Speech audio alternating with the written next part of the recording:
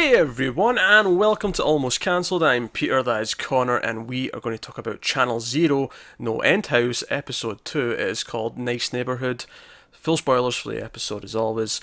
So before we actually dive deep into this episode, I want to just a couple of notes on last week. A couple of corrections, or extra observations. One's a correction. One, we flipped rooms 4 and 5 when we talked about it last week. Apologies. Right, okay. That's not a big deal, but just we had it the wrong way around. And secondly, now I noticed this in the episode last week. One of our commenters pointed this out. I didn't actually notice this, but my brain somehow never made the obvious connection. When she's going back into the house at the end, like her house, the number on the door is number 6. And I never made the obvious connection that it's room 6. I don't know why, but I didn't. But obviously it's there. So, and they made it more overt again in this episode when Jules is walking to the house. She's again clearly the big 6. Like they're really hitting it home. Which I think is the first thought I have on this episode is that end of last week we were talking about so they're kind of still in the house. They're doing this sort of it's another worldly version of the place, and I think this episode went a lot further to confirm all that than I thought it would. Yeah, I know. I speculated last week that this was room 6. Yeah, And even the characters are going, hey, maybe this is room 6. yeah. I was expected to be very vague for a while and be kind of like, oh, is it or isn't it? But no, they were like, no, this is room 6 probably. Yeah, there's something else going on here. This isn't quite right. And not even just one of them. Like, by the end of the episode, all of them, to some extent, it's very clear this is just not the real world. There's other things going on. Like JD finds a copy of himself. Right, that's it. It's usually when they do these sorts of stories, when, maybe it's an alternate world and something shifted, it's subtle. It's something small. It's these small things that add up. But here it's that someone's back from the dead. There's another me. There's these huge things that you can't not notice. At least last week when it was just the dad back from the dead, we thought, oh, maybe it is still the world. It's just the dad's here now. And that's what's changed. But no, in this episode, it's like, no, stuff's changed. There's a cage with people in it randomly in one of the streets. It's all foggy. Like, the Silent Hill comparisons are really starting to stack up with how it is. surreal it's starting to feel in this room 6 world, we'll call it. And so all this is going on, and they all kind of have their own thing as well. I think the first episode was very much Margot's focus, whereas this one, it kind of told us right at the start, no, this isn't just her stories, because it starts with Jules, and it starts with her side of actually just the start of the story. We see her at home before she goes to see Margot, and there's not much to it, but it's just kind of showing that she's not necessarily in the best place either right now. That she's got her own issues, and if all the characters are working through their own things here, Jules certainly seems to be that she kind of abandoned her friend when she was hurting after her father's death. Instead of being a helping hand, she kind of distanced herself and then went away, and maybe there's guilt about that, and that's kind of where her demons are coming from. Yeah, pretty much. And like you say, it told us immediately because we kind of just got her side of things in the house as well. After, obviously, originally we just followed Margot after that point where they all split up. But here we got some of her side as well. Yeah, very, very brief. What I did think was interesting though is we see her leaving the house because obviously she was already out when Margot came out.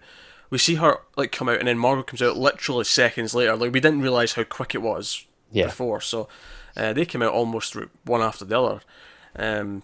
So her thing in the house is there's a big ball. Yeah. Big white ball that lights up when she touches it. I don't have a whole lot to say on this beyond there's a big white ball that lights up. You have to imagine that she's seeing something when she touches it.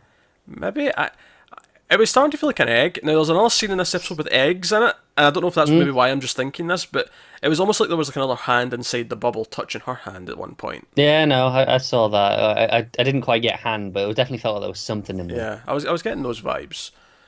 So that was her thing. It's brought up. She brings up this is weird. The flowers are different. This is like fabricated. What's going on? I like that. That's the tell, not that. Hey, this guy's back from the dead. It's no, these flowers are different. No, to be fair though, to be fair, as much as the guy coming back from the dead is weird, I don't think you would then immediately jump to this entire world is fake. No, that's fair. Whereas noticing that things that you know for sure were one thing are now something else. No, that feels like okay, right? Maybe that's why she's a bit more definitive. Yeah, she's hitting those kind of ideas there. I like that whole scene, by the way. See when she walks in, she sees the dad as well, and they end up sitting there at the table. And it's so awkward. It is, because the dad's just playing along as if nothing, everything's fine. Like, I'm making omelets. Here, have some food. Do you want anything, Jules? Oh, I'll make you things. And we have that small moment with the eggs where Margot goes to the fridge to get the eggs, gives him some eggs, takes them back, and then there's another carton of eggs just sitting Yeah, there. Like where she, yeah. it's like it duplicated when she took it out. So, again, just kind of, and this was before. Reset to default. Yeah, this was before they flat out started talking about this being a fake world. So this was like a sort of hint for us that, okay, something's not. This is like, things are just being created and duplicated Yeah, on a whim. That's kind of what's happening. Um, but the thing with Margot is that she actually decides to, because Jules wants to try and find an exit. Once she comes up with this idea that they're not in the real world anymore, that they're still in the house somehow, she wants out. Let's go find an exit. And Margot's like, no, like I get a chance to stay with my dad. And we actually find out another big part of his death here is that he actually committed suicide. What he did intentionally, and she's the only one who knew. Everyone else, it looks like an accident. It looks like he just took too much. He didn't realize he had an allergic reaction. But Margot knew that he knew he would have an allergic reaction, and he took triple the dose. So we have this revelation, which kind of adds into her weird, because I think before there was like an element of guilt, and there's still guilt there, but now there's this other side to it where it's like, was I not important enough that he wanted to kill himself? Like, it's a different type of guilt that's now added into it, on top of just, I could have gotten there sooner and saved them. Yeah, and on top of that, she knew there was an allergic reaction, prior to this, but she hadn't let anyone else know. Yeah, she didn't tell anyone. So she didn't go tell the doctor and go, "Hey, can you make sure we swap out this medication?" Anything like that. I mean, I think if the suicide's a surprise to her, I guess you could argue that she would feel no reason to intervene and do something, or still she would just assume he would Yeah, do something that's about true. it and tell him like. But she'll probably be feeling guilty about it anyway. Like, why sure, didn't yeah. I do that?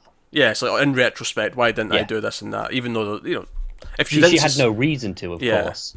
if you didn't suspect it, why would you? But so that's the whole thing, and she ends up. We have these kind of beautiful moments. Well, I say beautiful in a creepy way, where she goes swimming at night and he's there, and she goes under the water and she pops back up, and it sort of goes to one of these flashbacks of him with her as a little girl. And he's saying similar things to her, "Do you trust me?" and dunking her back in. But whenever she goes under the water, it's like a bottomless. It's like she's in an ocean. It's just bottomless. Yeah. It's always looking up at her. You can't see the bottom.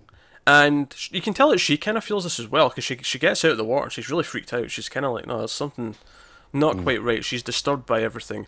And there's this kind of weird exchange where she kind of slips and hurts her leg a little bit, and you hurt, and so it's just, it'll be bruised, it's fine, it's not a big deal. And he's very like, no, I don't want you to be hurt at all, not even a bruise. And okay, I kind of want to read into that a little bit more. It seems like he's, I don't know, priming her for something. It does. It's almost like grooming, isn't it? Like keeping her safe, fattening her up.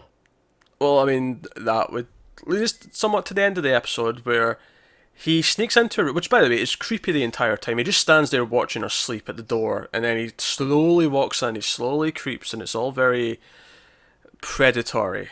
You feel uncomfortable with the whole thing.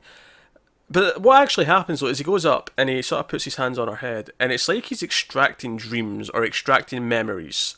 Yeah, and we it's got all a little hint of this at the pool. When he does the towel. Yeah, and it's all the mother. It's his wife, her mum, that she's seeing visions of. And as this is happening in the garage, we see this pool form, this sort of black goo that forms, and a duplicate of the mother starts to rise up through the black goo, is being birthed into this world. And at this point, I'm thinking, okay, he's filling out the world. If this is a fake world and only parts of it have been made so far, this is him. Okay, we need the mother's still alive. We need to have her around. That's what I was thinking at this point. Obviously, my idea goes out the window as soon as he goes downstairs and does what he does. But that's what I thought was happening. Is he was making the mother so that she was around as well. There was a fake version of her. Especially based on one of the other person's conversations. The idea that this world is based off your memories, and it's all these things. Ideals and thoughts. It was like he was extracting the memory to build the mother. Yeah, that's kind of what it played as at first. And then he went downstairs. He found the mother sort of in a fetal position, still sort of all naked and wet. And he rips off her arm. And I went, okay. He's picking up the arm, and it's like, That looks like it's gonna snap at any second. That the way he's holding that arm, and then he just twists. And I'm like, okay, all right, let's just take a different turn. And you know what? I'm gonna use a Twin Peaks word here because this is the only way I can describe this. He breaks the arm off, and it seems like inside it almost looks like raspberries or something like that. It's like a sort of I fruity. was thinking like baked beans. They look bigger than beans to me, but I can see what you're saying. But it was more of a red color. It was more of a It, sort it, of it was, but it was that yeah, sort of shape and texture. yeah. But they were bigger though. They were definitely a bit bigger than beans. Yeah, yeah, I'll give you that. I'd say they were more cherry sized, but they had like a sort of gooey red liquid to them, Yeah, like beans would. Yeah. Um, and I'm going to call that the Garmonbosia because yep, then he consumes the Garmonbosia. And if you're not a Twin Peaks person, you don't know what that means. Although I don't think it's the exact same, because in Twin Peaks, Garmonbosia is basically the essence of a person of their pain and suffering, whereas here, because it's the mother that he's taken out of her head, it seems to be the opposite. It seems to be he's consuming this because it's from a place of love. yeah. That's why I thought it. Like you say, it's like Gambosia, but it's kind of the exact opposite. Or maybe it's not specifically love, maybe it's just it feels strongly about in one way or the other, perhaps. At this Yeah, point, could be. We've got nothing yeah. to go more to go on yet. But he But he is because earlier on with the omelette he says he can't taste anything. It tastes like nothing. But he's chowing down on this like this. I don't know if this is the keeper of the house and the keeper of the house feeds in this, or if there's multiple things inside the house that want to feed on stuff.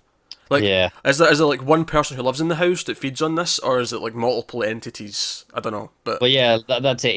Is everything we're seeing, all these constructs like the dad and the other ones, are they all actually the same being? They're just various representations of it, yeah, or are they separate things that all have some semblance of power in here?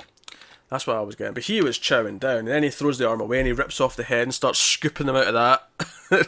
It's pretty great looking, isn't it? It was a pretty out there ending because I really, I thought I knew it was happening. Then he started ripping body parts off and eating the insides, and I'm like, okay, right, you went a different direction here. But I understand it to a point, and honestly, it's probably because of Twin Peaks that I understand this more than I should right off the bat. Yeah. But I got it. He's feeding off her memories in some way. Maybe we'll get more specific as we go on, but certainly that's as far as we can get right now, I think. Right, and it's the idea. So to extend that outwards, this whole reality is created based off their memories. Yeah. Is this how this being of it? Let's maybe it's not a being in the house. Maybe this is the house. The house is Oh, the sure. entire Yeah. entity. Is that how it survives? Is this what it feeds on? So that's why it has to lure these people in. Unless Create. arguably the house itself is just something the being makes to lure people Oh yeah, in. oh that's true. I don't know. I mean, maybe there's maybe that's why there's rules to it moving and stuff because, or maybe that does it intentionally because it wants to not be found as easily. But Yeah, and but also there's the mystery. You get people to come in yeah, because there's a mystery to but this I'm place. thinking like in here he seems to just be able to make anything he wants, whereas out in the real world he can make just the house. So is there a reason why he can only do that, and he can only do it for a set time, and it only appears for short amount? Maybe it takes a lot of energy to do that in having the No, real that's world. true. I don't know. Didn't think of that. But no, so that was probably the main thing. But obviously, the other thing is, I think the girls were definitely the main characters in the first one, and there's still more the main characters in this one. But the guys got their own stuff here. They got their own because we see the guys are actually out the house in the morning, and they actually think the girls are still inside because the car's there. But we know that the car didn't start Yeah, they walked home. and they walked. But that said, though, at this point, I'm like, are they even in the same fake world? Like, if they've come out at a different time, are they in a different? And it turns out later on that they are because Seth runs onto Jules and they end up just sort of finding each other and sort of trying to like they want to sleep in shifts so that they can keep an eye on things because they're both determined at this point they're not in the real world. JD, on the other hand, JD goes to his house and he sees a version of himself and a woman. And he's invited inside. I mean, first of all, he's just sort of staring at these two being kind of intimate and what's going on. This is strange. And he gets invited inside. And the other version talks to him quite openly. And even admits that he's not real. That admits that he's based on his memories and all these things. And like, so this is very different to the other. Because even though we assume, okay, what's her face? Margot's dad. We assume that Margot's dad is similar to him, but at the same time, this one has been very open about it. Especially since we don't see what happened in the house with him in the other rooms, but he does mention that figure with the wooden mask took off the mask, and there was like a latex mask with his face on it. And I'm like, okay, so even his fear, like at least his thing seems to be about self-doubt or self. Yeah, it's definitely the representation of himself that's the fear. Yeah, he's looking at himself. He's maybe not who he wants to be, because he even asked this fake one for help to be who he wants to be. He asked for guidance. Specifically, it was to do with picking up girls, but same difference. Like, Yeah. he's clearly has a lot of self doubt, and this fake version decides to kill him and bash him over the head repeatedly. Yeah, I didn't see that coming. I didn't see that coming either, and it makes me wonder, like, if it is multiple entities, is this one kind of going rogue because he wants out? Like, I can go out into the real world and take his place. Is that his goal? Yeah, no, it could be. I don't know. Or alternatively, if it's one entity, is he like, I can't get anything more from this guy. I've got everything I need. Let's just dispose of him. He has nothing to be happy about, so there's nothing to feed off of. Yeah. Yeah, maybe. Don't know. I don't know. It's they present us with just enough to get thoughts going, but not enough to give me anything concrete in any direction yet so far. I feel like it'll feed into the main stuff as we go. Yeah, I'm expecting it to. This is teasing some ideas. Like we say, one line of dialogue here kind of fed into the thoughts about the dad and the memories, so I can see other stuff feeding into the rest of it as we go. Now, of course, the other big thing we haven't spoken about is this mysterious sort of fifth party. This guy with the backpack who has clearly been here before. He seemed very sure of what he was doing when he came in. And he sees the woman that we saw in the start of the first episode, and he realises very quickly that she's fake. She's not really his wife. And he kills her. He just pulls out a gun and shoots her. And he goes to find the real her. The real, what was her name? Lacey. He finds the real her. And she doesn't know who he is. She thinks she's got another husband. She's been indoctrinated in this world. But he's like, no, I got out and you didn't. I'm back for you. So he's going to be very important, I think, because he's actually escaped. He knows the way out. He's got some knowledge. Yeah. And I thought it was a great moment, when he shot her, and then the guy comes out of the house and just no reaction whatsoever. Yeah, that's a very good moment. And again, it was just showing you that this world's not quite right. Some things, this isn't normal. Like, this guy who came out the house, it's almost like he's just an autonomous figure. Yeah, he's just on a set path. Yeah. He's on a program. He's an NPC in a video game. He is, yeah. Yeah, he doesn't really care what else is happening. He doesn't react to it. But yes, clearly this is going to be very important. He has gotten out before, and he's back for someone he cares about. And it's like, okay, how did he get out? I assume that our main group of characters, maybe not JD. JD might just be dead. I don't know. I mean, I don't know for sure if he is dead, because he get bashed in the head a lot. It looked very violent. He looked pretty dead, but yeah. And we had that slow track in on the woman who didn't speak. By the way, that was one of her character. That was like her only character trait, is that she didn't speak. Yeah, that she just kind of went along with everything. And the fake JD kind of implied that she was a real person, that she was someone who was left in here. She did, and is it the idea that this is what happens when you're in here for too long? You just kind of, like we saw with Lacey, they just become part of the world, part of the scenery. But then long enough, you don't even talk anymore. Is that what happens? Interesting. I don't know. But that was all the main beats from the episode. Still very intrigued. This was a lot of different things, all kind of flying at us over the course of the episode. But I'm enjoying it a lot, and I think the fact that they're so open with this being, inside the house still, really changes what I thought the season was going to be. Because I was expecting, okay, there's the mystery, noticing things go wrong. That's twice it's done that. Because the first episode, for the first chunk of it, we were like, oh, we have one room per episode. That's what it's going to be. And then going into this episode, oh, they're going to tease if this is the real world or not. But no, right away, no, this might be room number 6. So immediately I'm going, okay, what next? What do they do if not the mystery? And that's the thing. Like, I think the one thing that's clear, it's about them all dealing with their personal demons. And whatever's in this house is feeding off of their memories in some way. That is the only thing I think we can say for certain at this point. But that's the other thing. It's only 6 episodes. We're 2 down, so it's not like they have a ton of time to fill with whatever they're going to do. So, but because and I think that's smart. Getting this almost out of the way. There is no mystery. They're going, hey, the viewers have got this. They're not idiots.